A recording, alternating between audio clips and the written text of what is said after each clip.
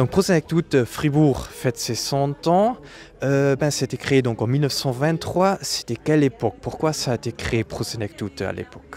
Alors à l'époque, il y avait passablement de misère dans les personnes âgées et 5-6 ans avant Fribourg, à Winterthur, des gens se sont réunis, il y avait notamment des pasteurs et ont créé Prosenectute.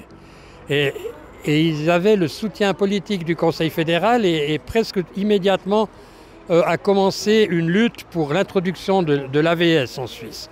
Il a fallu bien quelques années pour introduire l'AVS, fin des années 40, et le Prosenectute a toujours été aux côtés du Conseil fédéral dans cette lutte politique.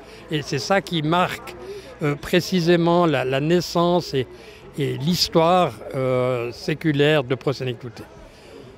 Et quels étaient un peu les axes sur lesquels Prosenectute a travaillé? Parce qu'aujourd'hui, c'est un programme très varié, mais à l'époque, c'était quoi comme activité, comme programme? Qu'est-ce qu'on a fait? Alors, le premier axe, c'était une aide financière. Prosenectute faisait des collectes, recevait un peu de soutien de la Confédération et donnait des aides financières selon certains critères pour les gens qui n'avaient que l'AVS ou que l'AVS et les prestations complémentaires. Et au fil des ans, on s'est rendu compte que l'intégration sociale des personnes âgées était ce qu'il y avait de plus important. Et toutes les activités qui se sont déroulées depuis lors ont comme but essentiel de maintenir le réseau social des personnes âgées. Une dernière question pour le programme du jubilé. Ça fait 100 ans.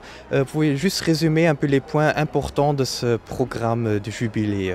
Alors les points importants, je commencerai par une manifestation un peu fermée, mais on va réunir entre 400 et 500 bénévoles au mois de décembre pour les remercier de ce qu'ils font pour nous. Donc là, ça va être une grande fête, mais qui n'est pas publique. Et puis sinon, on a des activités un peu dans tous les domaines. C'est difficile pour moi d'en sortir une plutôt que l'autre.